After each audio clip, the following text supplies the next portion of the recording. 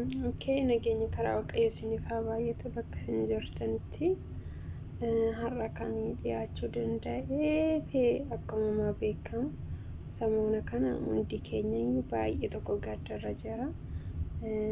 Baay'ee tokko gadda jira, baay'ee tokko natti dhagamee jira.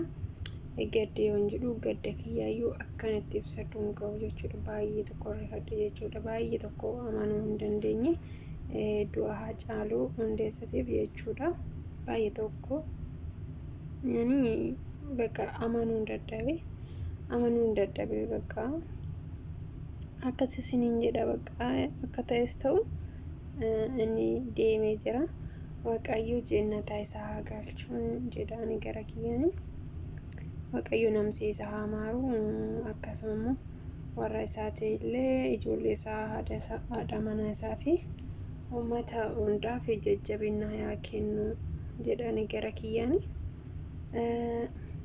Gara biyya karaa biraati immoo biyya kiyyaa illee jechuudha tokkummaa jaalala walii galtee akka godhatan maqaa waqayyootiin abdiin qaba yoomiyyuu jedha.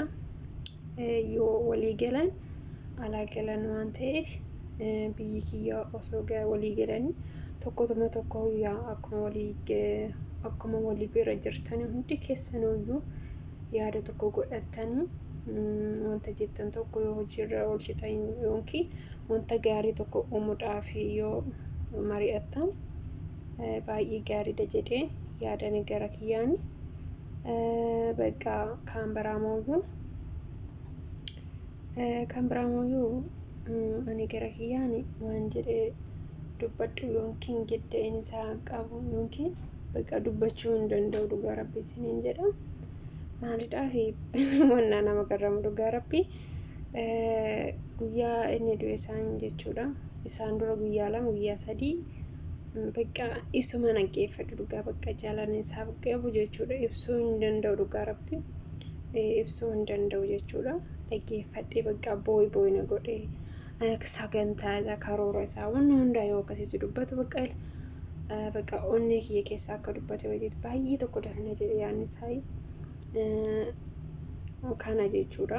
Akkasumas godhanyaan tiyya sa'aatii 3 akkanatti profaayilii isaarraa godhattu gaafa inni du'e isaanii akkamitti ani loleen jechuudha. Akkamitti nama jirutti faarresta jedhee baay'ee tokko loleen jechuudha.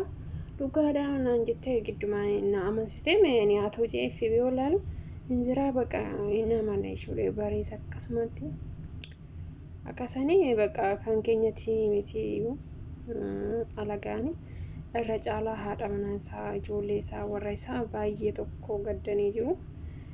Gadda isaanii kana akkamitti akka xiqqoo irraa lashi jedhamu waqayyo sirriitti kadhadhaaf isiniin jedha. Mooyyuu baay'ee tokko nama gaddisiisa namni tokko jechuudha. Biyya alaa ta'anii wifi hin jiru sijjammare Itoophiyaa biyya keessa warri biyya alaa jiran jechuudha. Yaada adda addaa kennanii baay'ee mataa nama zoorsu tokko yaani istaayitii yoo kennanii. Kanaaf himee waqayyo yoo sodaattan jechuudha. Yaada gaarii qabaadhaa isiniin jedha. Kan biraamoyyuu ani gara kiyyaa wannan assaabii tokko hin jira. Yoo sagalee hacaaluu dhaggeeffatanii jiraattan karoora isaa waan godhu akkana himee jira.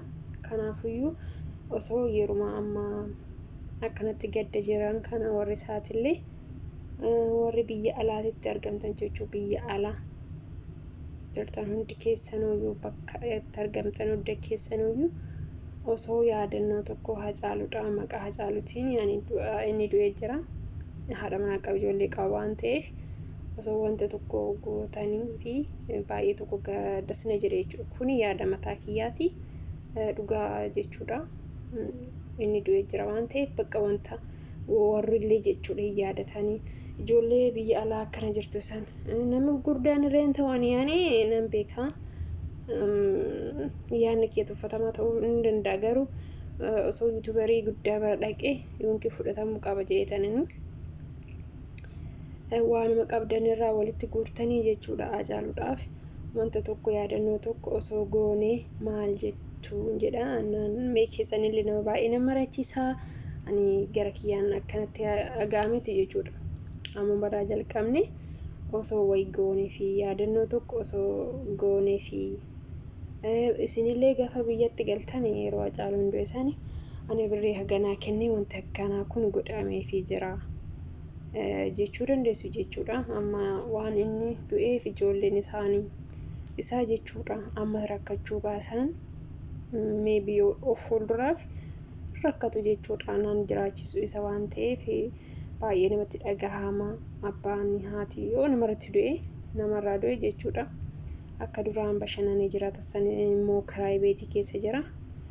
Kanaaf jechuudha waan qabdan irraa biyya adda addaa keessa warri jirtan osoo walitti guurree ta'u bakka akkaawuntii warrarraa fudhannee walitti guurree fi ammumarra waa tokko wanta bu'aa qabu jechuudha. Bakka wanta hin banne seenaadhaaf ta'a osoo goone fi baay'ee gaariidha. Itti yaadaa please. Isin hunduyyuu warri maybe sagalee kiyya kana dhageessan jechuudha. Yaada kana gaariidha jedhee fudhadhamooni. Itti yaadatoo sirriitti jechuudha dhugaa rabbii. Akkas osoo goone maal fakkaataa isiniin jedhaani. Kanuma nagaatti naaf turaa isiniin jedhaa. Isin hundaafuyyuu jajabina isinii haa kennu, wal jajjabeessaayi wanta gaariitti deemaayi adaraayi. Biyyi keenyallee akkuma argitan kana baay'ee tokko sodaachisaa jira. Baay'ee tokko nama sodaachisa. Ani waan gochuu danda'u jiru mitiidha. Kanaafiyyuu waaqayyoon bichaan kadhadhaa jedhanii gara kiyyaan waaqayyoon bichaatti ba'uudha malee humna hin qabu. Humna firee takka hin qabu yaani nan beeka. Kanadha okay. Isin hundi keessanuu waaqayyotti bo'aayi. Dhiiga ijoollee keenya akka lafatti hin banneef waaqayyotti bo'aayi sirriitti isiniin jedhaa. Mooyyuu yoo waaqayyotti sirriitti boossanii anumti xiqqoodha jedhee tuffatamu kuni yoo waaqayyo keessa naa dhufe jechuudha guddaa ta'ee bakka waa tokkorra gahuu nan danda'a yookiin dhiiga kana bagaan isinii gala ta'uu ni danda'a isiniin jedhaa. Warri isinitti baay'isee yoon bal'isee jiraadhe dhiifama naa kadhaa isiniin jedha. Nagaatti naa turaa eebbifamaa iddili gaarii isinii hawwaa.